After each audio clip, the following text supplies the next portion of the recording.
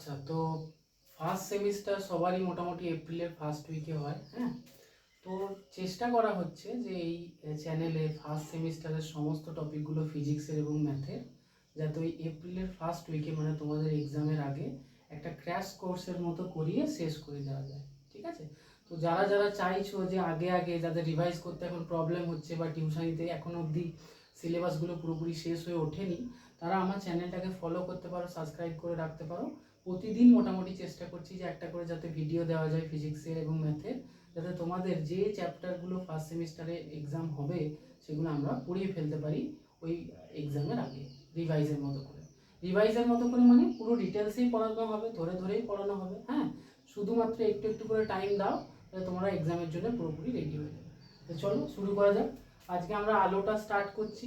ফিজিক্সের এই আলো চ্যাপ্টারটা আমরা জানি অনেকটা বড় চ্যাপ্টার, পুরোটা এক্সাম হয় না কখনো কখনো ফার্স্ট সেমিস্টারে কোনো কোনো স্কুলে। প্রথম পার্টটা হয়, আপ টু লেন্স হয়, আর কখনো কখনো দেখা যায় যে পুরো আলোটাই কোথাও কোথাও হচ্ছে। আমরা আলোর যে টপিকগুলো আজকে কভার করব, আলোটাকে 4টে ভাগে ভাগ করেছি এবং 5 নম্বর ভাগে আছে আমাদের আলোর যে অঙ্কগুলো। থিওরি পার্টটাকে আমরা 4টে ভাগে ভাগ করেছি, যেখানে আজকে আমরা যেগুলো কভার করবো সেগুলো হচ্ছে গোলীয় দর্পণে আলোর যে প্রতিফলন, প্রতিফলনটা অলমোস্ট কভার হয়ে যাবে।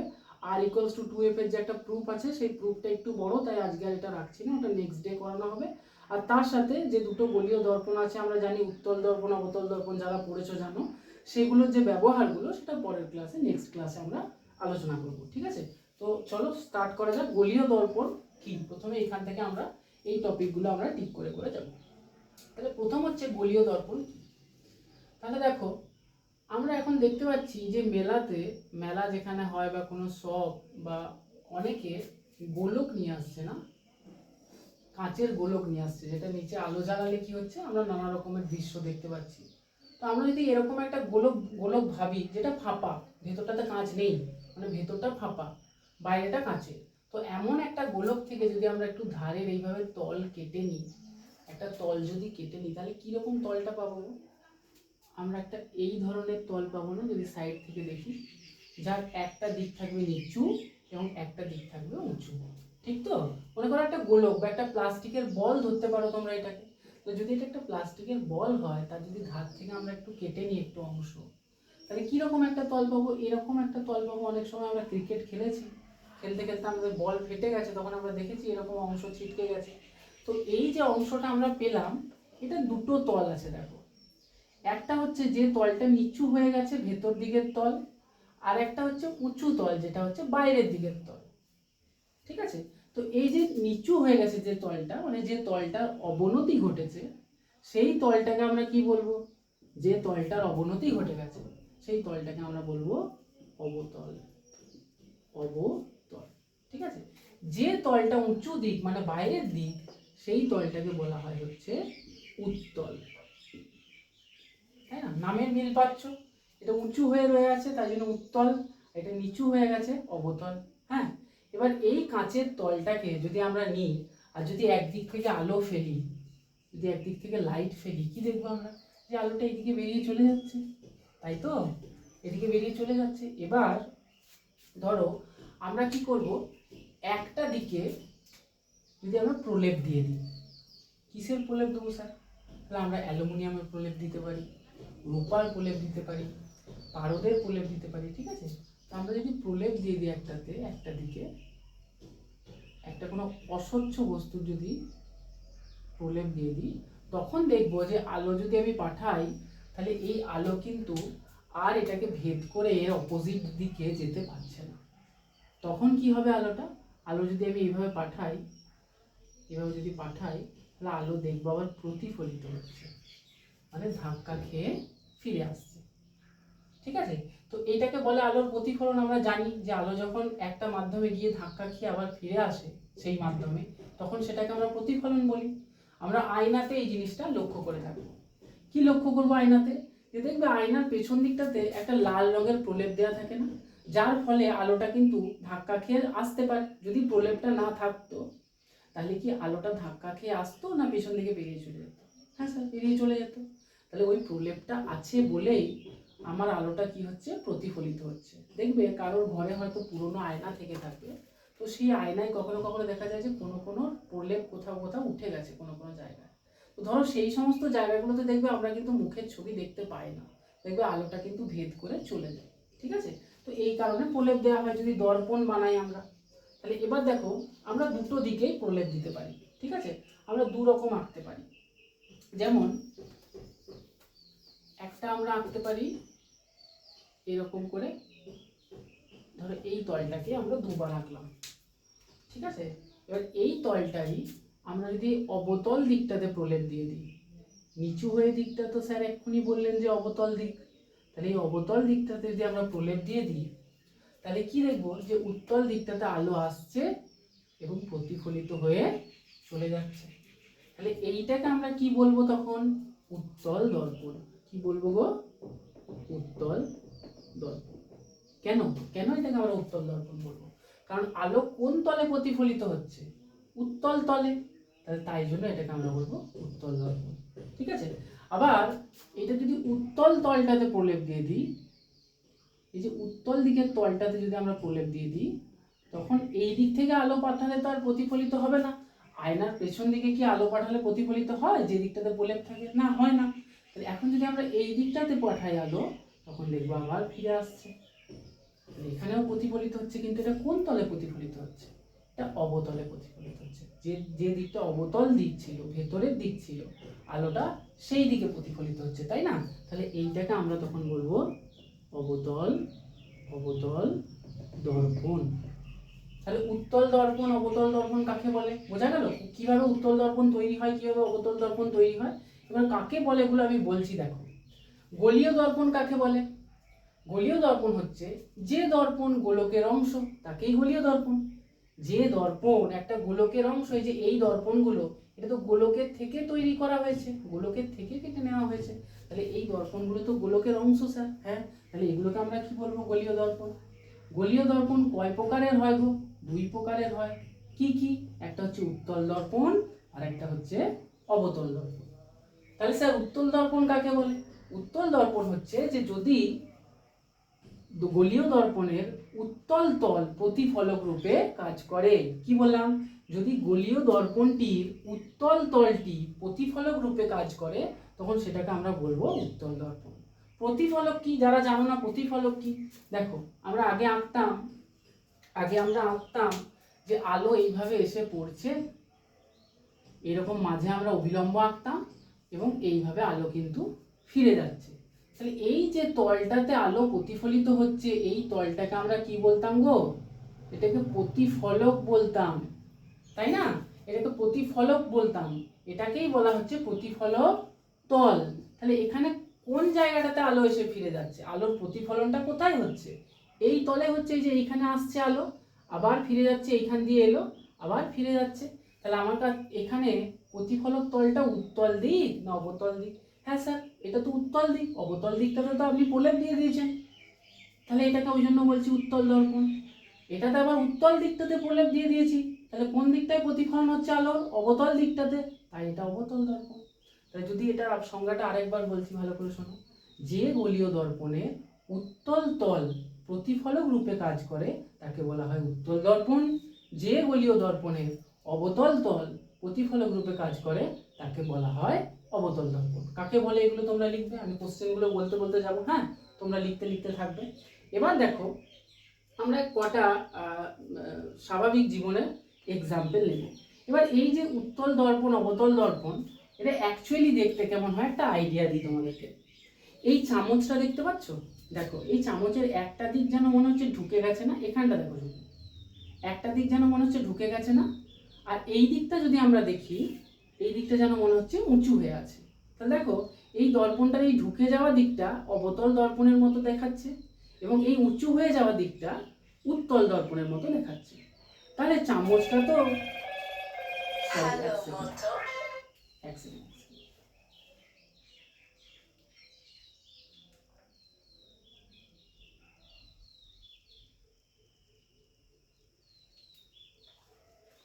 আচ্ছা, তাহলে এই যে চামচটা, তাহলে স্যার চামচটা যে বলছেন এটা অবতল দর্পণ, তাহলে এই অবতল দর্পণটা তো এইরকম খানিকটা, কেমন দেখতে? খানিকটা এইরকম দেখতে তো, এইরকম দেখতে, তো এই তলটা তো অবতল তল হিসাবে কাজ করছে। কিন্তু আপনি যখন আঁকছেন তখন এইরকম কেন আঁকছেন, এইরকম কেন আঁকছেন দর্পণগুলো? আমরা যখন ছবি আঁকছি তখন এই দর্পণটার এই সাইডটা আঁকছি গো।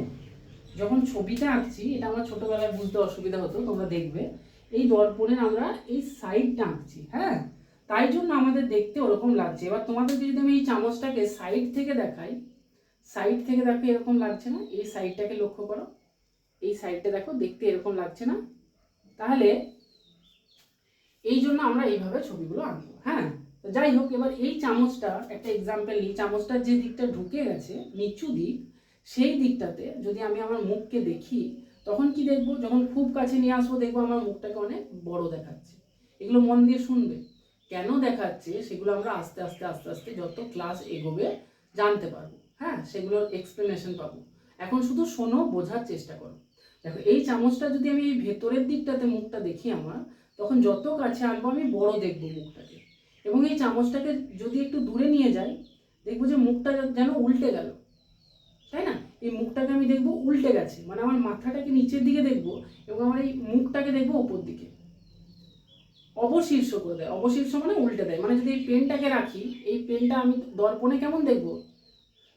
এইরকম দেখবো। অবতল দিকটাতে কেমন দেখবো? উল্টো দেখবো। বোঝা গেল? এবং যত আমি আমার মুখের থেকে এটাকে সরাবো, তত দেখবো যে এইটার যে প্রতিবিম্বটা উঠছে বা আমার মুখের যে প্রতিবিম্বটা উঠছে সেটা ছোট হয়ে হয়ে আসছে। তাহলে অবতল দর্পণের যে আমি একটা উদাহরণ দিলাম, কি বললাম? যখন খুব কাছে আনবো তখন অনেক বড় দেখবো, হ্যাঁ, যখন আস্তে আস্তে দূরে সরাবো দেখবো আমার মুখটা উল্টে গেছে, তারপর যখন আরো সরাবো ছোট হয়ে যাবে। উত্তল দিকটাতে দেখলে তাহলে কি হবে? উত্তল দিকে যদি দেখি তখন কাছে আনলেও দেখবো যে হ্যাঁ, সোজাই আছে প্রতিবিম্ব, কিন্তু ছোট দেখাচ্ছে। যত দূরে নিয়ে যাব এই প্রতিবিম্বটা আরো যেন ছোট হবে। বোঝা গেল? যত দূরে নিয়ে যাব আরো ছোট হবে, সোজাই থাকবে। তাহলে উত্তল দর্পণে কি হচ্ছে দেখলাম, যে প্রতিবিম্বটা কি থাকে গো? সোজাই থাকে। অবতল দর্পণে কি হয়? প্রতিবিম্ব প্রথমে সোজা থাকে খুব কাছে রাখলে, তারপর আস্তে আস্তে উল্টে যায় এবং ছোট হয়ে যায়। আর খুব কাছে রাখলে কি হয়? প্রতিবিম্ব অনেক বড় হয়। তাহলে এগুলো আমরা একটা এক্সাম্পল জানলাম ছোটখাটো। এবার আমরা দর্পণের কিছু কিছু টার্ম নিয়ে আলোচনা করব, যেগুলো বানানো হয়েছে যে দর্পণ নিয়ে যখন আমরা জিনিসগুলো বুঝবো যে দর্পণে কিভাবে প্রতিফলিত হয় আলোক রশ্মি, কিভাবে কি হয়, সেগুলো জানার জন্য কিছু কিছু টার্ম বানানো হয়েছে, যেগুলো আমাদের জানাটা খুব দরকার দর্পণটাকে বোঝার জন্য। হ্যাঁ, তাহলে দেখি এবার আঁকার চেষ্টা করি। তাহলে আমরা দেখো প্রথমে অবতল দর্পণের ক্ষেত্রে জিনিসগুলো বুঝবো, তারপর জিনিসগুলো অবতল দর্পণের ক্ষেত্রে যেই বুঝে ফেলবো, তারপর উত্তল দর্পণের জন্য আমি এক এক করে যখন বলে দেবো তখন ইজি হয়ে যাবে। ঠিক আছে, আগে একটা দর্পণের জন্য জিনিসগুলোকে তোমরা বোঝো। তাহলে অবতল দর্পণের বানাবো কি করে? উত্তল দিকটাতে আমি প্রলেপ দিয়ে দেবো। হ্যাঁ, উত্তল দিকটাতে আমি প্রলেপ দিয়ে দিলাম। এবার প্রথমে বলা হচ্ছে, দেখো আমাদের এই পয়েন্টটা ক্লিয়ার হলো, এই পয়েন্টটা ক্লিয়ার হলো।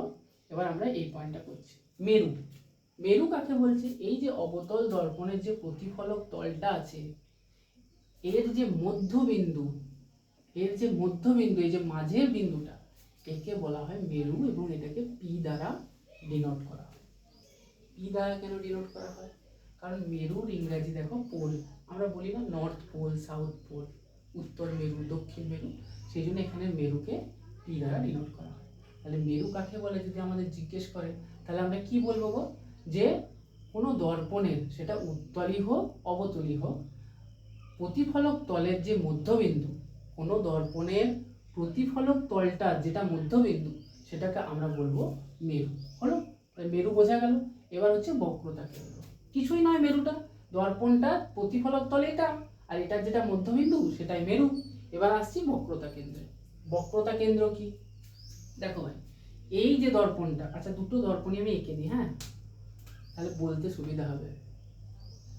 এটা কি এঁকেছি? এটা অবতল, অবতল দর্পণ এঁকেছি। এইটা কি আঁকলাম? এটা উত্তল দর্পণ আঁকলাম। উত্তল দর্পণ আঁকলাম, বুঝবেন কি করে? তাহলে অবতল দিকটাতে আমাদেরকে প্রলেপ দিয়ে দিতে হবে। প্রলেপ দিয়ে দিলাম। এরও মেরু কোথায় হবে? এই মাঝখানে হবে, তাই তো? এরও মেরু হবে এর মাঝখানে। এবার দেখো, এবার দেখো বক্রতা কেন্দ্র কি? এই যে দুটো আমরা দর্পণ এঁকেছি, এদেরকে তো কি বলা হয়? গোলীয় দর্পণ বলা হয়। কেন গোলীয় দর্পণ বলা হয়? কারণ এরা কোনো না কোনো গোলকের অংশ, কোনো না কোনো গোলকের কাটা অংশ এরা। তাহলে এরা যে গোলকের অংশ, তার যেটা কেন্দ্র, গোলকের তো কেন্দ্র থাকবে, তার যেটা কেন্দ্র সেটাকে বলা হয় বক্রতা কেন্দ্র।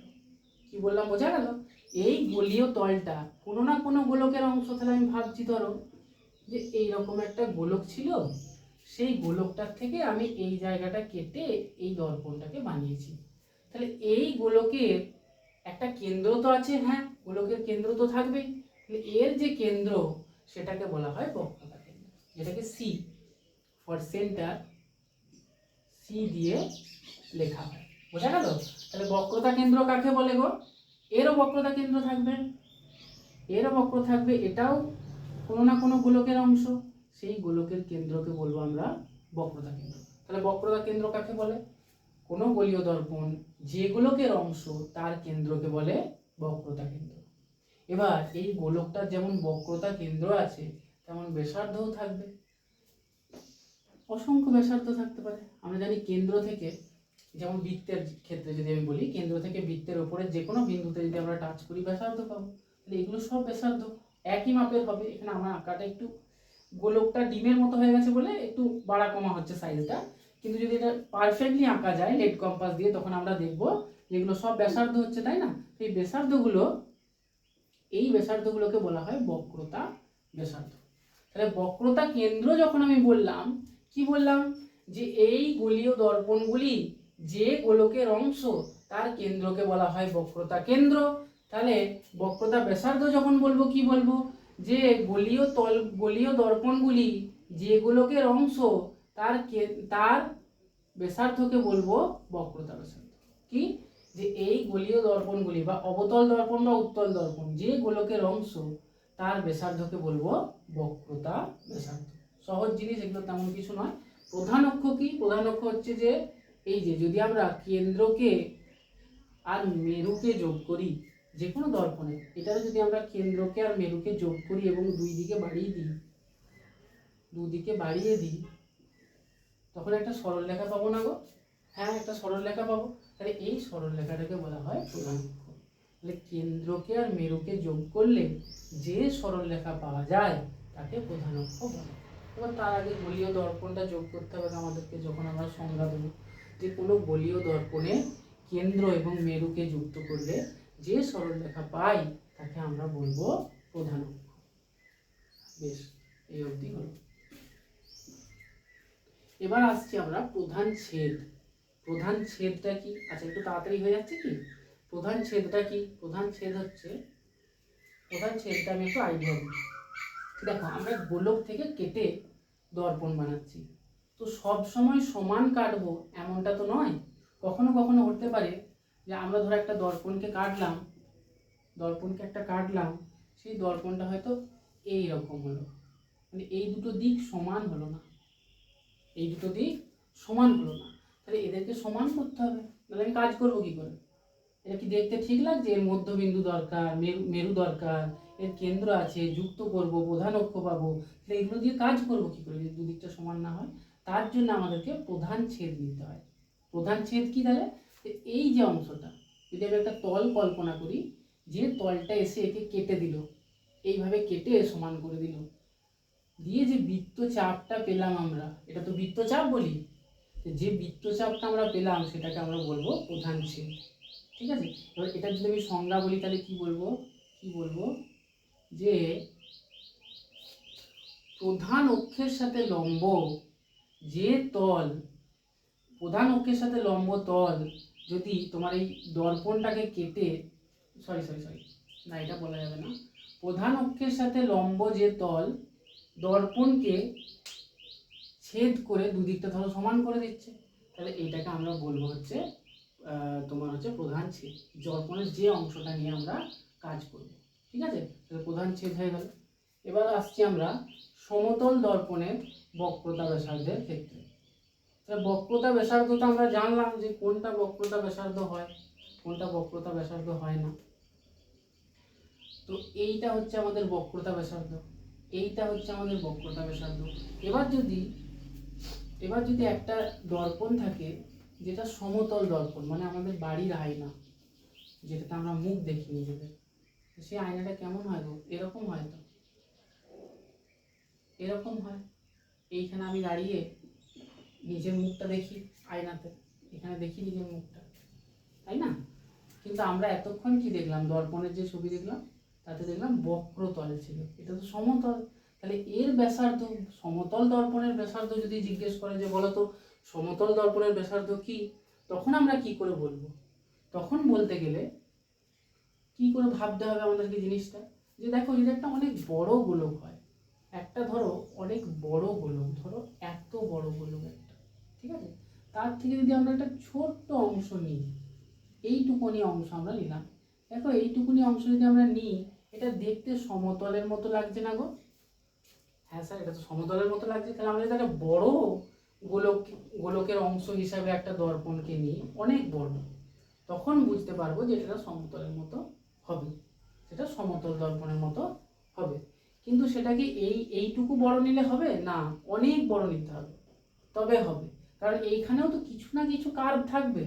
এখানে আমার আকার উপর মোটা করে দাগ দিয়ে দেওয়ার উপর মনে হচ্ছে যেন সমতল দর্পণই, কিন্তু একটু না একটু বাঁকা তো থাকবেই এটাও, তাই না? কারণ এটা তো গোলকের অংশ, তাহলে কত বড় নিতে হবে?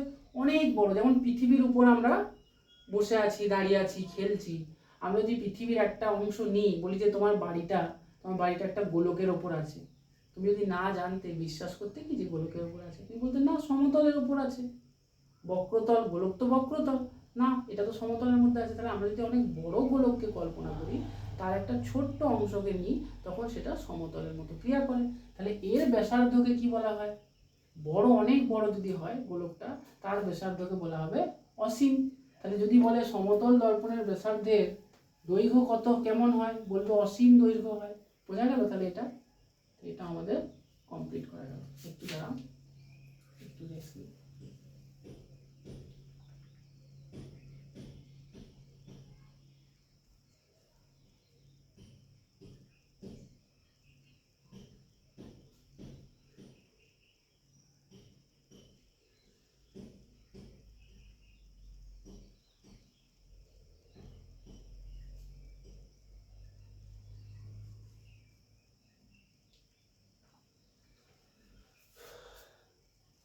আচ্ছা, দেখো প্রধান ছেদটা ঠিক করে বলা হয়নি, প্রধান ছেদটা একটু ঠিক করে বলে দিই, একটু ডিটেলস আলোচনা করে দিই, এটা তখন একটু গোলমাল হলো।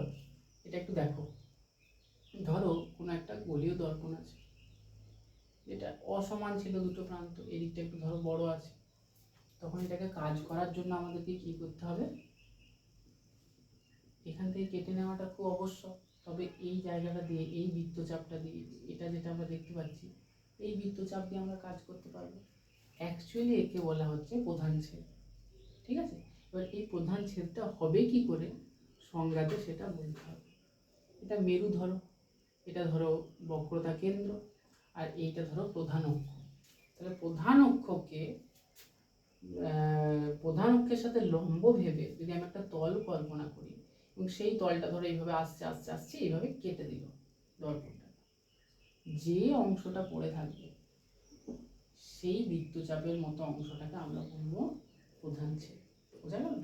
কি বলবো? যে প্রধান অক্ষের সাথে লম্ব যে কাল্পনিক তল আমাদের দর্পণকে একটি বৃত্তচাপে ছেদ করে, সেই ছেদটিকে আমরা বলবো প্রধান ছেদ। ঠিক আছে? প্রধান ছেদটা বলা হয়ে গেল। এবার রৈখিক উন্মেষ আর কৌণিক উন্মেষ নিয়ে আলোচনা করব। রৈখিক উন্মেষ আর কৌণিক উন্মেষ। আচ্ছা আচ্ছা, একটা জিনিস, অবতল দর্পণ, উত্তল দর্পণে, হ্যাঁ এগুলো বোঝা যাচ্ছে। রৈখিক উন্মেষ, প্রত্যেকটা দর্পণের ছবি যদি আঁকা হয়, একবার জিনিসটা এঁকে দেখিয়ে দিই। ধরো এইটা হচ্ছে একটা অবতল দর্পণ, সব জিনিসগুলো একবার দেখিয়ে দিই। এটা হয়ে যাবে কি, পিটা হয়ে যাবে কি এর মেরু, এরকম জায়গায় হয়তো এর হবে বক্রতা কেন্দ্র। পি সিটাকে আমি কি বলবো? এখানে পি সিটাকে কি বলবো? পি সিটাকে বলবো আমি বক্রতা ব্যাসার্ধ, তাই তো? বেশ, আর কিছু, হ্যাঁ আর তো কিছু নেই। প্রধান ছেদ কোনটাকে বলবো? এভাবে যদি নাম দিই এম ড্যাশ, তখন আমি বলবো এম পি এম ড্যাশ, এটা হচ্ছে প্রধান ছেদ। এটাকে আমরা বলে দেবো প্রধান ছেদ। এরপর উত্তল দর্পণের ক্ষেত্রেও যদি আমি জিনিসগুলোকে বলি, যদি এই দিকটাতে প্রলেপ দিই, এর ওইখানে পিটা হবে মেরু, এর এইখানে এই দিকে থাকবে কেন্দ্র। তাহলে এটাও কখনো কখনো প্রশ্ন পড়ে যে কোন দর্পণের বক্রতা কেন্দ্র দর্পণের পেছনে থাকে, এই দর্পণটার পেছন দিক কোনটা, এই দিকটা, কারণ এই দিকটাতে প্রলেপ দেওয়া আছে, প্রতিফলক রূপে তো এই দিকটা কাজ করে, পেছন দিক তো এইটা। তাহলে দেখো এই যে উত্তল দর্পণ, এর কিন্তু পেছনের দিকে দেখতে পাচ্ছি যে বক্রতা কেন্দ্র আছে, আর এই যে দেখতে পাচ্ছি আমাদের অবতল দর্পণ, তার কিন্তু সামনের দিকে বক্রতা কেন্দ্র আছে, তাই না? তো আমাদেরকে যদি কখনো জিজ্ঞেস করে যে কোন দর্পণের সামনের দিকে বক্রতা কেন্দ্র থাকে, তখন বলবো অবতল দর্পণ। যদি বলে কোন দর্পণের পেছনের দিকে বক্রতা কেন্দ্র থাকে, তখন আমরা বলে দেবো উত্তল দর্পণ। হয়ে গেল। প্রধান ছেদ হচ্ছে এই পিসি সরল রেখাটা প্রধান ছেদ, আর এখানেও যদি আমরা n1 n2 নাম দিই, এটা পি নাম দিই, তাহলে কি বলবো n1 p n2 হচ্ছে এখানে প্রধান ছেদ। এখানে n1 p n2 এটা হচ্ছে প্রধান ছেদ, আমি যা খুশি নাম দিতে পারি, এখানে mm ড্যাশ দিয়েছি, এখানে n1 n2 দিয়েছি, তাতে কোনো অসুবিধা নেই। তো এই বৃত্তচাপটাকে আমি বলবো যে এর প্রধান ছেদ। তো বৃত্তচাপকে তিনটে বিন্দু দিয়ে আমরা এইভাবে ডিনোট করি যে n1 p n2 বলা হয়ে গেল। আর বক্রতা ব্যাসার্ধটা এখানেও পিসি, এই যে এটা হচ্ছে বক্রতা ব্যাসার্ধ। জিনিসগুলো বলা হলো। এবার রৈখিক উন্মেষ আর কৌণিক উন্মেষ জিনিসটা একটু দেখো। এবার আমি অবতল দর্পণ দিয়ে দেখাচ্ছি।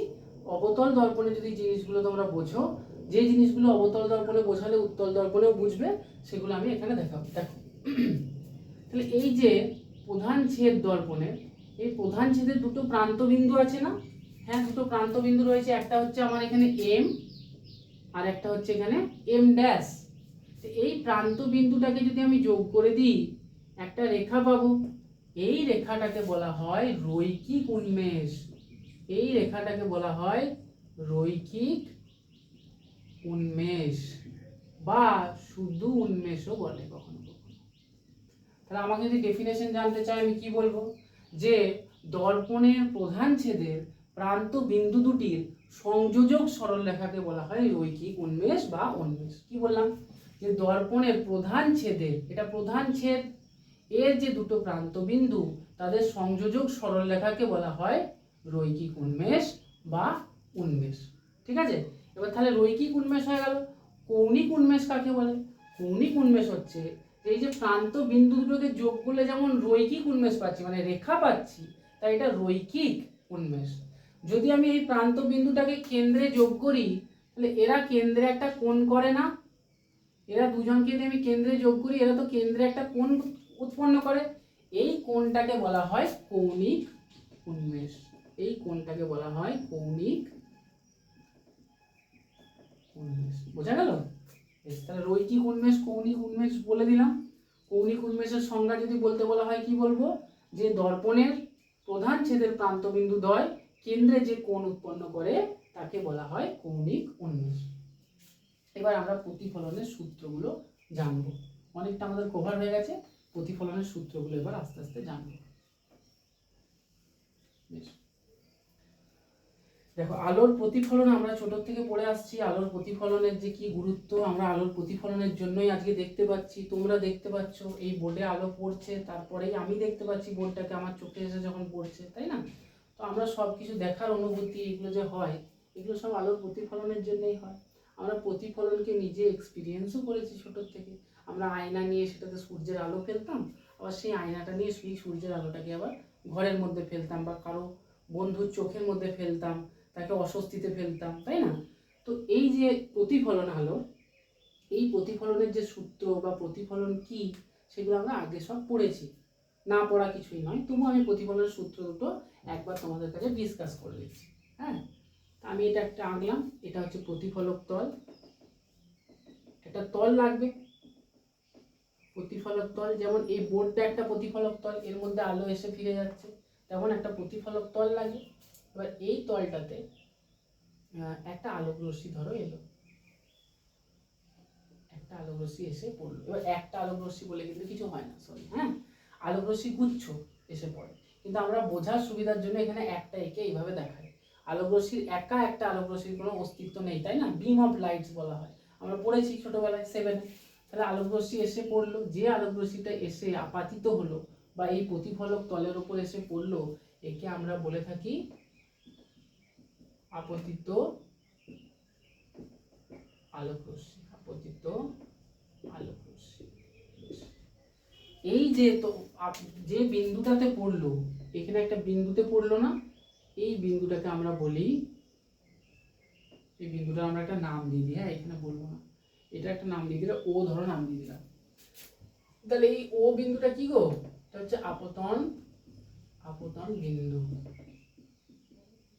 আপতন বিন্দু। হ্যাঁ, তাহলে আপাতিত রশ্মি যে বিন্দুতে আপাতিত হলো তাকে বলা হয় আপাতন বিন্দু। এবং এই বিন্দুতে এই প্রতিফলকটার উপরে আমরা যদি লম্ব আঁকি, কোথায় লম্ব আঁকি, এই বিন্দুর ওপরে, এই বিন্দুর ওপরে আর এই প্রতিফলকটার ওপরে যদি আমি লম্ব অঙ্কন করি,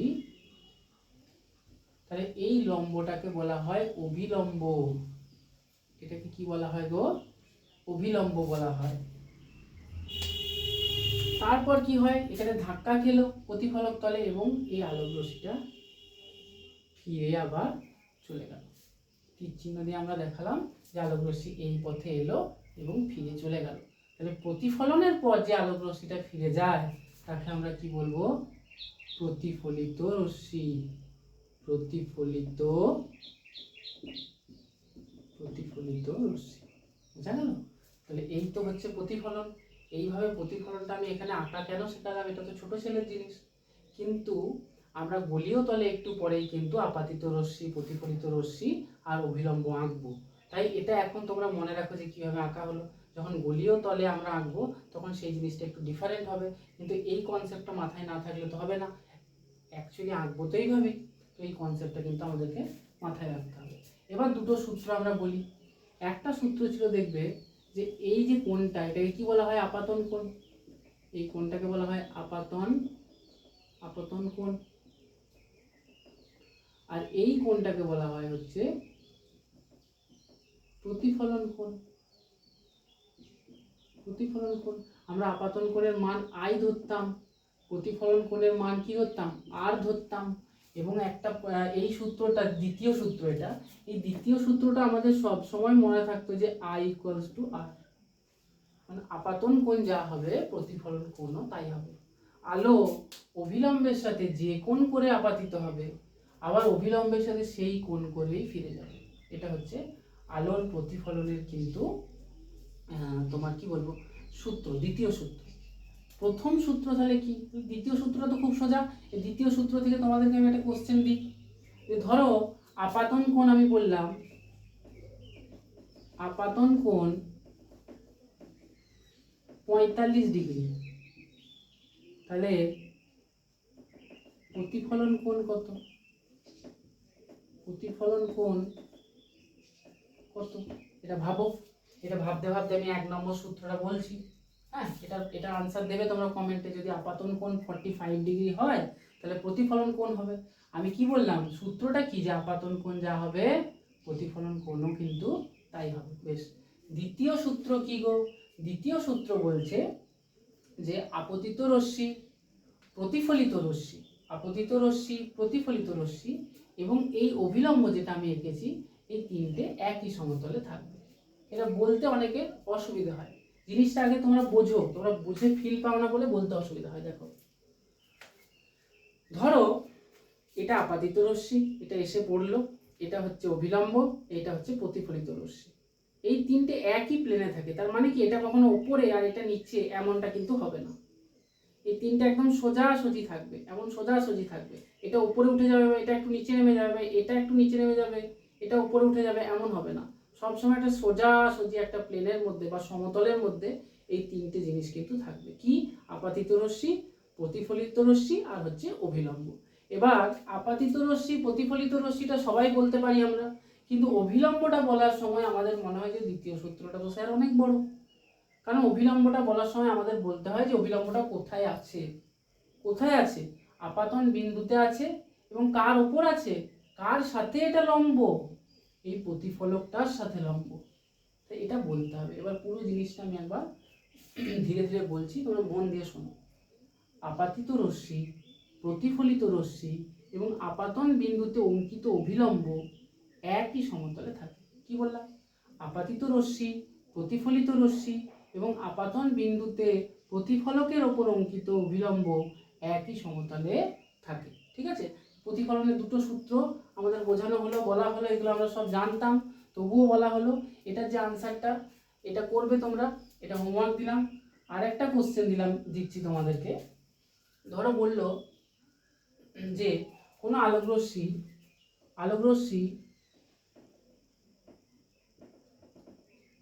একটা কোশ্চেন দিচ্ছি, দেখো,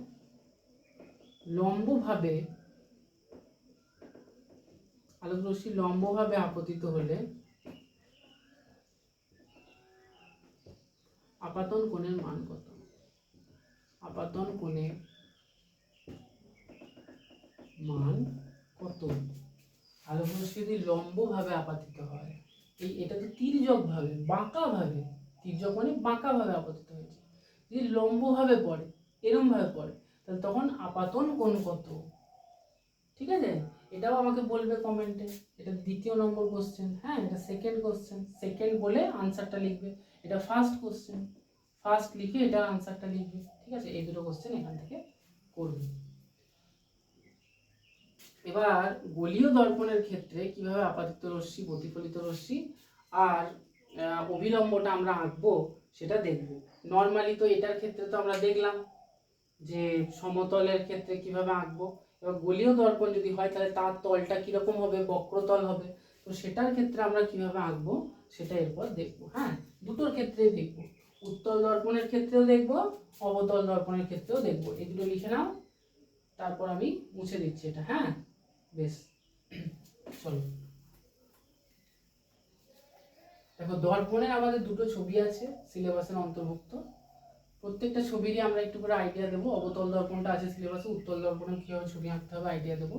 কিন্তু এই আইডিয়াগুলো তোমরা তখনই কাজে লাগাতে পারবে যদি তোমরা এটা বোঝো যে গোলীয় দর্পণে আমাদের কিভাবে আঁকতে হবে, কিভাবে আমাদের আঁকতে হবে। তাহলে এটা আমরা আঁকলাম, একটা অবতল দর্পণ আঁকলাম।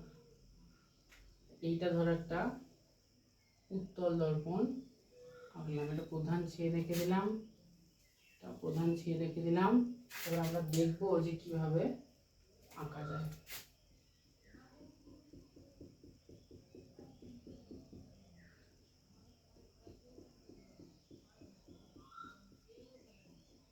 নাম দিয়ে দিই মেরু কেন্দ্র, মেরু কেন্দ্র। যদি আলোক রশ্মি ধরো, একটা আলোক রশ্মি প্রধান অক্ষের সমান্তরালই ধরো এইভাবে আপতিত হলো। ঠিক আছে, তাহলে আমরা তো সমতলের ক্ষেত্রে খুব সহজে বুঝছিলাম যে এইভাবে আপতিত হলো মানে, আচ্ছা এটা অবিলম্ব, তাহলে এটা এতটা কোণ করে এসছে, তাহলে এতটা কোণ করে আবার ফিরে চলে যাবে। একটা আইডিয়া পাচ্ছিলাম যে যতটা আপাতন কোণ করে আসে ততটাই প্রতিফলন কোণ করে ফিরে যায়, কারণ I=R। কিন্তু গোলীয় দর্পণে দেখো বোঝা যাচ্ছে না যে কিভাবে অভিলম্বটা আঁকবো, তাই না? এখানে বুঝতে আমাদের অসুবিধা হচ্ছে যে অভিলম্বটা আমরা কিভাবে আঁকবো। তো কিভাবে আঁকবো, বৃত্তের একটা উপপাদ্য আছে, দেখবে তোমাদের যদি খেয়াল থাকে, বৃত্তের ক্ষেত্রে কেন্দ্র থেকে যে কোনো সরলরেখা যদি বৃত্তের কোনো বিন্দুতে গিয়ে স্পর্শ করে, তাহলে এটা তার উপর, বৃত্তের উপর এই সরলরেখাটা হয় লম্ব। এখানে স্পর্শ করলো, এটা হয়ে যাবে লম্ব। এখানে করলাম, এটা হয়ে গেল লম্ব। তাহলে আমরা এটা থেকে কি বুঝতে পারছি যে কেন্দ্র থেকে যে কোনো সরলরেখা যদি বৃত্তের উপর গিয়ে স্পর্শ করে তাহলে সেটা হয়ে যাবে তার উপর লম্ব। তাহলে এখানে কেন্দ্র কোনটা, এটাও তো একটা গোলক, তাহলে গোলকের কেন্দ্র কোনটা, সিটা, বক্রতা কেন্দ্র। এটার থেকে যদি আমি অভিলম্ব টানি, অভিলম্ব মানে একটা রেখা টানি, এই রেখাটা, তাহলে দেখো এইটা কি হবে, এর উপর লম্ব হবে না। এই সূত্র অনুযায়ী যে কোনো ব্যাসার্ধ যদি টানছি সেই ব্যাসার্ধটা তো লম্ব হয়ে যাচ্ছে বৃত্তের উপর, তাহলে এটাও তো একটা ব্যাসার্ধ, তাহলে এই বৃত্তের উপর টেনেছি, তাহলে এটাও নিশ্চয়ই লম্ব, তাহলে এক্ষেত্রে এটা হয়ে গেল অভিলম্ব। তাহলে আমাদেরকে অভিলম্ব যদি আঁকতে অসুবিধা হয় আমরা কিভাবে আঁকবো, কেন্দ্র থেকে জাস্ট ওই আপাতন বিন্দুটাকে যোগ করে দেবো, তাহলে আমরা অভিলম্ব পেয়ে যাব। অভিলম্ব যেই পেয়ে যাব, তাই এখানে আমরা একটা দেখতে পাচ্ছি আপাতন কোণটার একটা আইডিয়া পেয়ে যাচ্ছি। তাহলে আমরা বুঝতে পারছি, হ্যাঁ স্যার তাহলে এতটা যদি আপাতন কোণ হয় তাহলে এতটা হবে প্রতিফলন কোণ। তাহলে এইভাবেই এটা ফিরে যাবে, হ্যাঁ কি না বলো। এইভাবে এলে আপাতন কোণ এতটা করলে প্রতিফলন কোণে আইডিয়া লাগাচ্ছি বাবা। এটা তো একদম নিখুঁত হচ্ছে না, আইডিয়া লাগিয়ে বলছি যে আপাতন কোণ যদি এতটা হয় তাহলে প্রতিফলন কোণও এতটাই হবে, তাহলে এইভাবে ফিরে যাবে আলোক রশ্মি, তাই না? এবার যদি তির্যকভাবে পড়ে, এটা তো সমান্তরালভাবে পড়ার জিনিসটা দেখালাম, যদি একটু বাঁকাভাবে পড়ে আলোক রশ্মিটা, বাঁকাভাবে পড়লে পড়বে, তাতে আমাদের অসুবিধার তো কিছু নাই। অসুবিধার কিছু আছে কি? যদি এইরকমভাবে পড়লো, ধরো এরকম এইখানে, তাহলে আমরা এখান থেকে অভিলম্ব টানবো, এইখান থেকেও আমরা অভিলম্ব টানবো, দেখছি এতটা কোণ করছে, তাহলে এইদিকেও এতটা কোণ করাবো, এটাকে পাঠিয়ে দেবো,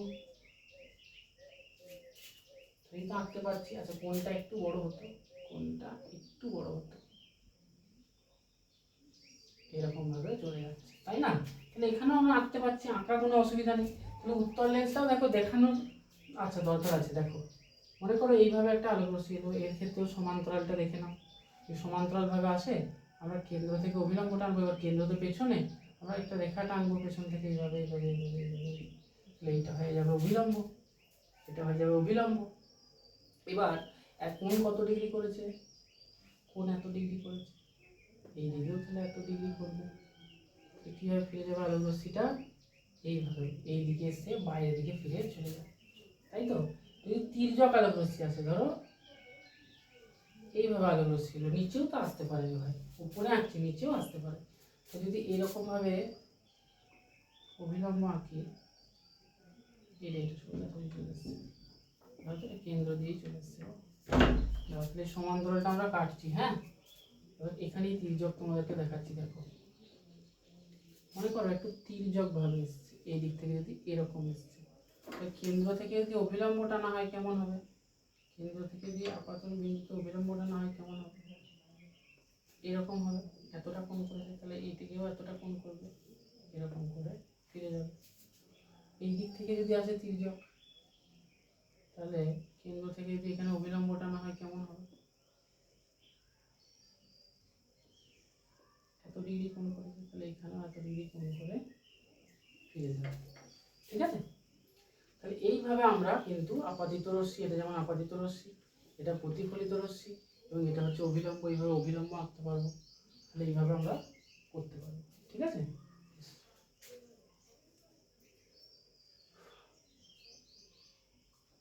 এবার মুখ্য ফোকাস, ফোকাস দৈর্ঘ্য, গৌণ ফোকাস, এগুলো দেখবো কিভাবে আঁকতে হয়। তার আগে একটু রেস্ট নাও।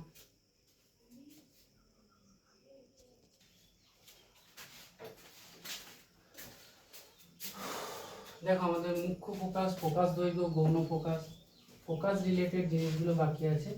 উপাক্ষীয় রশ্মি, প্রান্তীয় রশ্মি বাকি আছে, আর গোলীয় দর্পণে আলোর প্রতিফলনের কিছু ধারণা বাকি আছে। উপাক্ষীয় রশ্মি আর প্রান্তীয় রশ্মিটা ছোট একটা জিনিস, সেটা আগে বলে দিই, তারপর আমরা এটাকে করবো। হ্যাঁ, এটাকে কমপ্লিট করবো, এইটাকে বলে দিই। উপাক্ষীয় রশ্মি আর প্রান্তীয় রশ্মি কি গো? এই ধরো একটা দর্পণ, ধরো তার প্রধান ছেদ, প্রধান ছেদ বলছি, প্রধান অক্ষ M1 M2, M1 P M2, এটা হচ্ছে প্রধান ছেদ। এবার যদি এই প্রান্তের দিকে আলোক রশ্মি এসে আপতিত হয়, সেগুলোকে বলে প্রান্তীয় রশ্মি বা প্রান্তিক রশ্মি। আর যদি একদম মেরুর কাছাকাছি এসে আপতিত হয়, অন্য কালি দিয়ে দেখায় না, একদম যদি মেরুর কাছাকাছি, কোনটা মেরু? এই পিটা মেরু, তো এই মেরুর কাছাকাছি এসে যদি আপতিত হয়, এগুলোকে আমরা বলবো উপাক্ষীয় রশ্মি। প্রান্তের কাছে যেগুলো আসছে, এগুলো হচ্ছে প্রান্তীয় রশ্মি বা প্রান্তিক রশ্মি, আর এই মেরুর কাছাকাছি যারা আপতিত হচ্ছে, এরা হচ্ছে উপাক্ষীয় রশ্মি। বুঝা গেল? ছোট জিনিস একটা। ফোকাস জিনিসটা নিয়ে আমরা একটু আলোচনা করব। প্রথমে অবতল দর্পণের ফোকাস নিয়ে আলোচনা করব, তারপর উত্তল দর্পণের ফোকাস নিয়ে আলোচনা করব। অবতল দর্পণের ক্ষেত্রে ফোকাস জিনিসটা কিরকম দেখো, এটা হয়ে গেল অবতল দর্পণ, এখানটা প্রলেপ দিয়ে দিলাম, ধরো এই হয়ে গেল মেরু, এই হয়ে গেল আমাদের কেন্দ্র। তা যদি প্রধান অক্ষের সমান্তরাল আলোক রশ্মি, প্রধান অক্ষের সমান্তরাল আলোক রশ্মি যদি অবতল দর্পণে আপতিত হয়, প্রতিফলনের পর সেই আলোক রশ্মিটা একটা বিন্দুতে এসে মিলিত হয়, ঠিক আছে? আরও যদি একটা আঁকি, প্রধান অক্ষের সমান্তরাল আলোক রশ্মি আঁকলাম, এটাও এই বিন্দুটাতে এসে মিলিত হবে। এই দিকে যদি প্রধান অক্ষের সমান্তরাল আলোক রশ্মি আসে, সেটাও এই বিন্দুতে গিয়ে মিলিত হবে। এখানেও যদি একটা আসে, সেটাও এই বিন্দুতে গিয়ে কিন্তু মিলিত হবে। ঠিক আছে? প্রধান অক্ষের সমান্তরাল আলোক রশ্মি প্রতিফলনের পর একটা নির্দিষ্ট বিন্দুতে গিয়ে আমরা দেখতে পাচ্ছি যে মিলিত হচ্ছে। যে বিন্দুটাতে গিয়ে মিলিত হচ্ছে প্রধান অক্ষের উপরে, সেই বিন্দুটাকে আমরা বলবো মুখ্য ফোকাস। মুখ্য ফোকাস, ঠিক আছে, তাকে বলবো মুখ্য ফোকাস। অবতল দর্পণের মুখ্য ফোকাস, এটা কিন্তু অবতল দর্পণের মুখ্য ফোকাস। অবতল দর্পণ আর উত্তল দর্পণের ক্ষেত্রে ফোকাসের ডেফিনেশনটা একটু আলাদা। অবতল দর্পণে কি হচ্ছে, প্রধান অক্ষের সমান্তরাল আলোক রশ্মি নিলাম উপরে আর নিচে, দেখলাম সেগুলো প্রতিফলনের পর ওই প্রধান অক্ষের ওপরে একটা নির্দিষ্ট জায়গায় একটা বিন্দুতে গিয়ে গিয়ে মিলিত হচ্ছে না, সেই বিন্দুটাকে আমরা বললাম ফোকাস। তাহলে এটাই যদি, এই ডেফিনেশনটা যদি আমি ভালোভাবে বলি, কি বলবো, যে প্রধান অক্ষের সমান্তরাল আলোক রশ্মি অবতল দর্পণে প্রতিফলনের পর প্রধান অক্ষের ওপর অবস্থিত যে বিন্দুতে এসে মিলিত হয় তাকে বলবো আমরা মুখ্য ফোকাস। কি বললাম, প্রধান অক্ষের সাথে সমান্তরাল আলোক রশ্মি গুচ্ছ অবতল দর্পণে আপাতিত হয়ে প্রতিফলনের পর প্রধান অক্ষের ওপর যে বিন্দুতে মিলিত হয় তাকে আমরা বলবো অবতল দর্পণের মুখ্য ফোকাস। উত্তল দর্পণের মুখ্য ফোকাস কি? উত্তল দর্পণ আঁকি, তাহলে দেখো উত্তল দর্পণ আঁকি, এই যে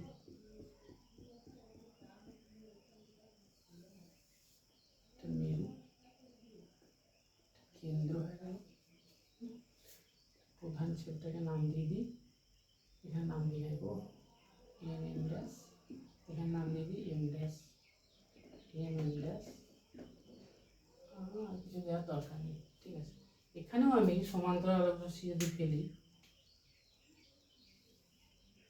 দুটো করে একেই দেখাই, তাহলে কি হবে, এদের তো কেন্দ্র কিরকম হবে, এরকম ভাবে আসবে, এরকম ভাবে আসবে, এরকম ভাবে আসবে, একই কোণ করে আবার এই দিকে ফিরে যাবে। কি দেখছি, দূরে সরে যাচ্ছে না আলোক রশ্মিটা, দেখো কোন দিকে ফিরে যাচ্ছে, এই দিকে ফিরে যাচ্ছে, এটা মুছে বুঝতে অসুবিধা হবে। তাহলে এটাও কোন দিকে ফিরে যাবে, এই দিকে ফিরে যাবে। এরা যেমন একটা বিন্দুতে মিলিত হচ্ছিল অবতল দর্পণের ক্ষেত্রে, উত্তল দর্পণে কি কোনো বিন্দুতে মিলিত হচ্ছে? উত্তল দর্পণে কি কোনো বিন্দুতে মিলিত হচ্ছে? দেখো তো না। এখানে তো আলোক রশ্মি যাচ্ছে, যে ছড়িয়ে পড়ছে চারদিকে, অপসারী আলোক রশ্মি হয়ে যাচ্ছে, তাই না? তাহলে এক্ষেত্রে কি হয়, যদি আমি এখানে চোখ রাখি আর দেখার চেষ্টা করি আমি, তখন কি দেখবো, যে মনে হয় যেন এই দুটো আলোক রশ্মি একটা বিন্দুর থেকে বেরিয়ে আসছে কি ভালো ভাষায় কি বলা হয়, অপসৃত হচ্ছে। আমার এখান থেকে চোখ রেখে দেখলে মনে হবে যে দর্পণের পেছনে কোথাও একটা কোনো বিন্দু থেকে এই আলোক রশ্মিগুলো বেরিয়ে আসছে। এই যে বিন্দুটার থেকে বেরিয়ে আসছে মনে হবে, এইটাকে বলবো উত্তল দর্পণের মুখ্য ফোকাস। তাহলে উত্তল দর্পণের মুখ্য ফোকাস কাকে বলে? প্রধান অক্ষের সমান্তরাল আলোক রশ্মি গুচ্ছ, এখানেও ছিল তাই এখানেও আছে, প্রধান অক্ষের সমান্তরাল আলোক রশ্মি গুচ্ছ উত্তল দর্পণে আপাতিত হয়ে প্রতিফলনের পর যে বিন্দু থেকে বেরিয়ে আসছে বা অপসৃত হচ্ছে বলে মনে হয় তাকে উত্তল দর্পণের মুখ্য ফোকাস বলে। কি বললাম, আবার একবার বলি, প্রধান অক্ষের সমান্তরাল আলোক রশ্মি গুচ্ছ অবতল দর্পণে আপাতিত হয়ে প্রতিফলনের পর প্রধান অক্ষের যে বিন্দু থেকে অপসৃত হচ্ছে বলে মনে হয় তাকে আমরা উত্তল দর্পণের মুখ্য ফোকাস বলবো। তাহলে স্যার মুখ্য ফোকাস বলছেন, গৌণ ফোকাস কি? গৌণ ফোকাসটা আমরা আলোচনা করবো। তার আগে একটা জিনিস আমরা বলি, অনেকক্ষণ থেকে আমরা দেখছি একটা জিনিস, যে অবতল দর্পণের সমান্তরাল আলোক রশ্মি যখন পড়ছে তখন সেই আলোক রশ্মিকে অবতল দর্পণ একটা দিকে জড়ো করে দিচ্ছে, একটা দিকে এনে জড়ো করে দিচ্ছে। উত্তল দর্পণ কি করছে, আলোক রশ্মিটাকে চারদিকে ছড়িয়ে ফেলছে। এটা তো আমাদের মনে হচ্ছে যে পেছনে কোনো একটা বিন্দুতে গিয়ে মিলিত হচ্ছে, এখান থেকে দেখলে মনে হচ্ছে, এটা আমাদের ভ্রম। এটা কি অ্যাকচুয়ালি হচ্ছে? না, অ্যাকচুয়ালি হচ্ছে না। অ্যাকচুয়ালি তো আলোটা ছড়িয়ে পড়ছে চারদিকে। আয়নার পেছনে কি কোনো জায়গায় গিয়ে আলো মিলিত হয়? আমরা কি দেখেছি যে আমাদের আয়নাগুলোর পেছন দিকেও আলো যেতে পারছে? যায় না, তাই তো প্রলেপ দিলে ভাই, তাই না? তো এখন কি দেখছি, যে আলোকরশ্মি অপসারী হয়ে যাচ্ছে। আলোকরশ্মি তো আমরা পড়েছি অভিসারী, অপসারী, সমান্তরাল। কি রকম হয়? সমান্তরাল কিরকম হয়? এই যে এগুলো সমান্তরাল হয়, কেউ কাউকে ছেদ করবে না। অভিসারী কিরকম হয়? একটা বিন্দুর অভিমুখী হয়, একটা বিন্দুতে গিয়ে যেন এরা মিলিত হবে মনে হচ্ছে, এরা যেন এক জায়গায় জড়ো হতে যাচ্ছে আলোক রশ্মিগুলো, এদেরকে বলবো অভিসারী, এদেরকে বলবো সমান্তরাল। এগুলো ছোটবেলাকার জিনিস, তাও দেখো বলে দিচ্ছে একবার যাদের মনে নেই। অভিসারী। আর এইটাকে যদি একটা বিন্দুর থেকে ছড়িয়ে পড়ছে চারদিকে, একটা বিন্দুর থেকে চারদিকে ছড়িয়ে পড়ছে, তীর চিহ্ন লক্ষ্য করবে, এটা একটা বিন্দুর দিকে আসছে, এটা একটা বিন্দু থেকে ছড়িয়ে পড়ছে, এটাকে বলবো আমরা অপসারী আলোক রশ্মি। অপসারী আলোক রশ্মি। তাহলে এখানে কি হচ্ছে? আলোক রশ্মিগুলো একটা বিন্দুর দিকে আসছে, দেখো, তাহলে এটা কি আলোক রশ্মি? অভিসারী আলোক রশ্মি। তাহলে অবতল দর্পণ সমান্তরাল আলোক রশ্মিকে অভিসারী পরিণত করে দিচ্ছে, আর উত্তল দর্পণ সমান্তরাল আলোক রশ্মিকে চারদিকে ছড়িয়ে দিচ্ছে। এখানেও যদি থাকতো ছড়িয়ে দিত, এখানেও যদি থাকতো এদিকে ছড়িয়ে দিত। তাহলে এ কি করছে? অপসারী করে দিচ্ছে, চারদিকে আলোক রশ্মিগুলোকে ছড়িয়ে দিচ্ছে, তাই না? তাহলে অবতল দর্পণ কি ক্রিয়া দেখায়? অভিসারী ক্রিয়া দেখায়। উত্তল দর্পণ কি ক্রিয়া দেখায়? অপসারী ক্রিয়া দেখায়। এবার আমরা গৌণ ফোকাস নিয়ে আলোচনা করব। তাহলে ফোকাস জিনিসটা মোটামুটি তোমরা বুঝলে, গৌণ ফোকাস আর ফোকাস তলটা বুঝলে মোটামুটি আমাদের আজকে জিনিসগুলো ক্লিয়ার হয়ে যাবে। তারপর আলোর গোলীয় দর্পণে আলোর প্রতিফলনের কিছু কনসেপ্ট আছে বেসিক, সেগুলো আমরা বলবো। তাহলে গৌণ ফোকাস কি? এটা মুছছি না, এটা রেখে দিচ্ছি, হ্যাঁ, দেখো বুঝতে সুবিধা হবে। দেখো, সমান্তরাল আলোক রশ্মি এসে পড়ছে, স্যার বলছেন যে প্রধান অক্ষের সাথে সমান্তরাল আলোক রশ্মি আসছে, দিয়ে পড়ছে, পড়লে কি হচ্ছে? ফোকাসে মিলিত হচ্ছে, এটা ফোকাস, ফোকাসে গিয়ে মিলিত হচ্ছে। কিন্তু যদি প্রধান অক্ষের সাথে সমান্তরাল না হয়, কিন্তু নিজেদের মধ্যে সমান্তরাল হয়, এই দুটো আলোক রশ্মি কি কখনো ছেদ করবে? যদি আমি বাড়াই, কখনো কোথাও গিয়ে কি ছেদ করবে মনে হচ্ছে তোমাদের? না, করবে না, কারণ এরা সমান্তরাল। কিন্তু এরা কি প্রধান অক্ষের সাথে ছেদ করবে? হ্যাঁ, একে তো বাড়িয়ে দিলেই ছেদ করে যাবে মনে হচ্ছে, এরকম জায়গায়, এই যে এখানে ছেদ করে যাচ্ছে। তাহলে এরা কিন্তু প্রধান অক্ষের সাথে সমান্তরাল নয়, কিন্তু নিজেদের মধ্যে সমান্তরাল। এমন আলোক রশ্মিগুলো কি হয়? এই ফোকাসের ওপরে কি নিচে কোথাও মিলিত হয়, এই জায়গায়, এই জায়গাগুলোয় কোথাও মিলিত হয়, এগুলোকে বলা হয় গৌণ ফোকাস। তাহলে আপনি বলেছিলেন প্রধান অক্ষের সমান্তরালে যদি আলোক রশ্মি আসে, অবতল দর্পণের ক্ষেত্রে প্রথমে বোঝো, তারপর উত্তল দর্পণের ক্ষেত্রে আমরা আলোচনা করব। প্রধান অক্ষের সমান্তরাল আলোক রশ্মি যদি আসে, তখন ফোকাসটা কোথায় হয়? ওই প্রধান অক্ষের ওপরে একটা বিন্দুতে, মানে এখানে মিলিত হয়। কিন্তু যদি প্রধান অক্ষের সাথে সমান্তরাল না হয়, তাহলে এর নিচে, যেমন এগুলো নিচে মিলিত হবে কোথাও, এরকম জায়গায় কোথাও একটা, এরকম জায়গায় নিচে মিলিত হবে, ঠিক আছে? তো এই যে নিচে মিলিত হচ্ছে, এই যে বিন্দুটাতে মিলিত হলো, বা এখানে মিলিত হচ্ছে, বা এখানে মিলিত হচ্ছে, যদি নিচ দিক থেকে যায় তাহলে এখানে কোথাও মিলিত হবে, এগুলোকে বলে গৌণ ফোকাস। গৌণ ফোকাস। ফোকাস তল কি? ফোকাস তল হচ্ছে এই জায়গাটাতে যদি আমি একটা তল কল্পনা করি, এই জায়গায় যদি আমি একটা তল কল্পনা করি, তাহলে লম্বভাবে যদি একটা তল কল্পনা করি, যেটা ফোকাস বিন্দুগামী, মুখ্য ফোকাস বিন্দুগামী যদি একটা তল, এমন তল যেটা এই প্রধান অক্ষের সাথে লম্ব, একটা তল কল্পনা করি, তাহলে আমরা কি বুঝবো? যে সেই তলটার উপরেই সমস্ত গৌণ ফোকাসগুলো আছে। এই তলটাকে বলা হয় ফোকাস তল, ঠিক আছে? এই তলটাকে বলা হয় ফোকাস তল। ফোকাস তলের একটু আইডিয়া দিই। ফোকাস তলের আইডিয়া কি দেবো? ধরো এইখানে একটা লেন্স আছে, এইখানে একটা লেন্স আছে, এখানে আলোক রশ্মি যাচ্ছে, এইখানে এসে ফোকাসে মিলিত হচ্ছে। এইটাকে কেন্দ্র করে যদি আমি একটা তল কল্পনা করি, এরকম যদি একটা তল কল্পনা করি, তাহলে গৌণ ফোকাসগুলো কোথায় থাকবে? এই রুমালটার উপর এসে মিলিত হবে এক এক করে, তাই না? তাহলে এইটাকে আমরা ফোকাস তল হিসেবে ভাবতে পারি। এই তলটা কার উপর লম্ব? অভিলম্বের উপর। কেন? কারণ অভিলম্ব তো এইভাবে আছে, এই লম্বালম্বি আছে অভিলম্ব, তাই না? তাহলে এর উপর যদি আমি একটা, এখানে ধরো ফোকাস, এখানে আলোক রশ্মিগুলো এসে মিলিত হচ্ছে, এই ফোকাস বিন্দুগামী যে তল প্রধান অক্ষের সাথে লম্ব, সেই তলটাকে আমরা বলছি ফোকাস তল। এর ওপরে নিচে এখানে এখানে এখানে মিলিত হচ্ছে যে বিন্দুগুলো, সেগুলোকে বলা হচ্ছে গৌণ ফোকাস। তাহলে একটা জিনিস মনে রাখবে, মুখ্য ফোকাস কিন্তু একটাই নির্দিষ্ট, এটা এটা, হ্যাঁ, কিন্তু গৌণ ফোকাস কিন্তু একাধিক হতে পারে, একের বেশিও হতে পারে। ফোকাস দূরত্ব কাকে বলে? এটা মিস করে গেছি। ফোকাস দূরত্ব কাকে বলে? ফোকাস দূরত্ব হচ্ছে এই মেরু থেকে মুখ্য ফোকাসের যে দূরত্ব, এই দূরত্বটাকে বলা হয় ফোকাস দূরত্ব।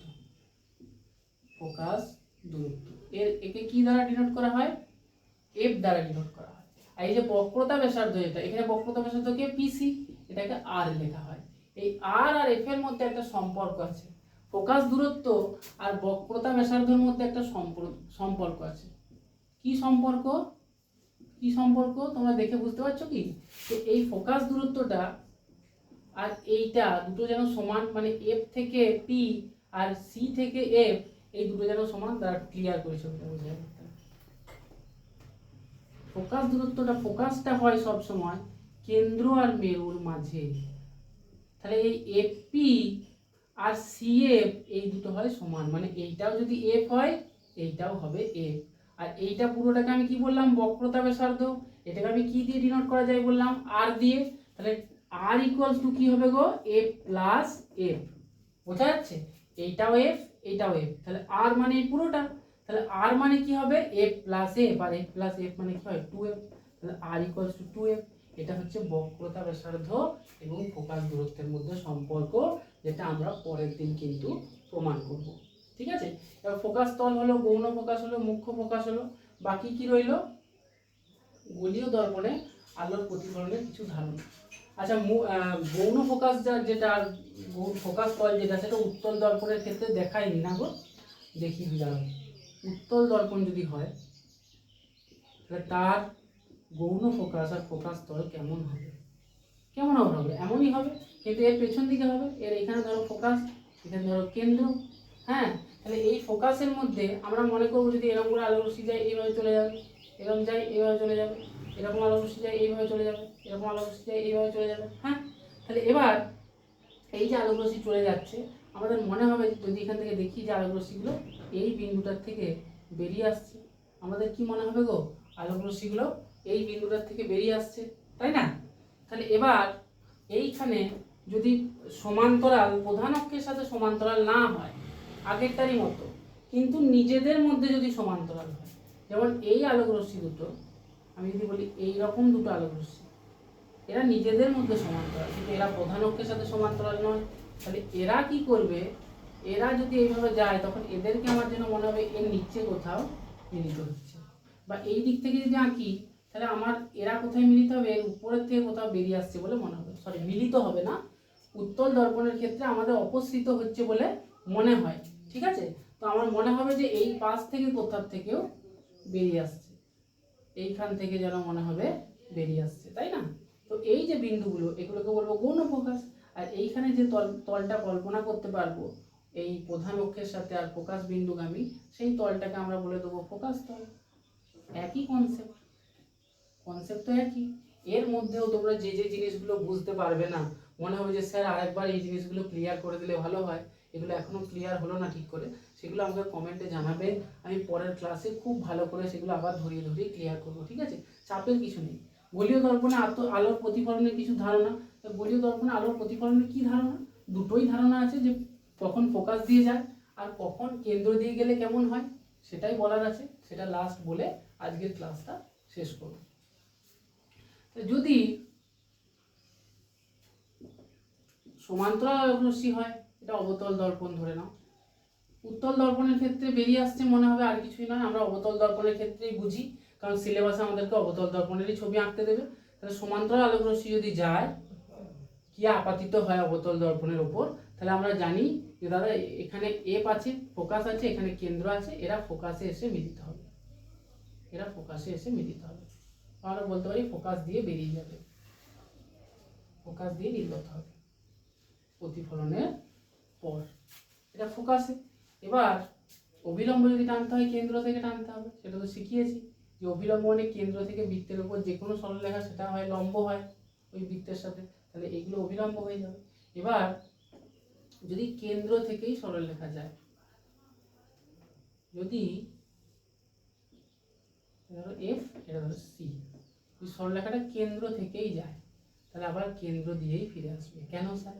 কারণ হচ্ছে কেন্দ্র থেকে যাওয়া মানে সরলরেখাটা লম্বভাবে যাচ্ছে, আর লম্বভাবে যাওয়া মানে এই অভিলম্বের সাথে কতক্ষণ করছে, কতক্ষণ করছে 90 ডিগ্রি নয়, 0 ডিগ্রি। কি করে? কারণ এইটা ধরো 30 ডিগ্রি কোণ করলো, এটা ধরো 30 ডিগ্রি কোণ করলো, সাপোজ বলছি এটা একটা সরলরেখা, এটাও একটা সরলরেখা, 30 ডিগ্রি কোণ করলো। কি করে বলছেন স্যার? কারণ অভিলম্ব এটা সাথে 30 ডিগ্রি কোণ করলে। এবার এটা দেখো, ঠিক করে দেখার চেষ্টা করো, এই কোণটা আমরা কমাচ্ছি, কমাতে কমাতে 20, 10, 5 এরকম করে কী হয়ে যাচ্ছে, 0 হয়ে যাচ্ছে। তাহলে আমরা যখন কোণ মাপি তখন অভিলম্বের সাথে মাপি, তাহলে অভিলম্বের সাথে এটা কত ডিগ্রি কোণ করেছে, 0 ডিগ্রি, এটা 0 ডিগ্রি করেই আবার কিন্তু ফিরে আসবে। মানে এটা যদি গিয়েছিল এইদিকে, এইদিকেই ফিরে আসবে। তাহলে আমরা কি বুঝলাম, যে কেন্দ্র দিয়ে কোনো সরলরেখায় গিয়ে আপাতিত হলে সেটা প্রতিফলনের পর আবার একই ডাইরেকশনে ফিরে আসে। এই দুটো জিনিস বলার ছিল, এগুলো বলে দিলাম। যে টপিকগুলো পড়ালাম সেগুলো পড়বে, যে কোশ্চেনগুলো হোমওয়ার্ক দিলাম সেগুলো করো, কমেন্টে আমাকে জানাও। হ্যাঁ, আর কেমন লাগছে ক্লাস, কীভাবে কি ইমপ্রুভমেন্ট করা যেতে পারে, কীভাবে পড়ালে তোমাদের বুঝতে আরও সুবিধা হবে, কিছু প্রবলেম হচ্ছে কিনা আমার পড়ানোর স্টাইলে তোমাদের, সেগুলো ফিডব্যাক অবশ্যই দিও। তাহলে আমাদের কি হবে, ক্লাস করানোটা আরও ভালোভাবে করাতে পারবো, তোমরা আরও ভালোভাবে বুঝতে পারবে। ঠিক আছে।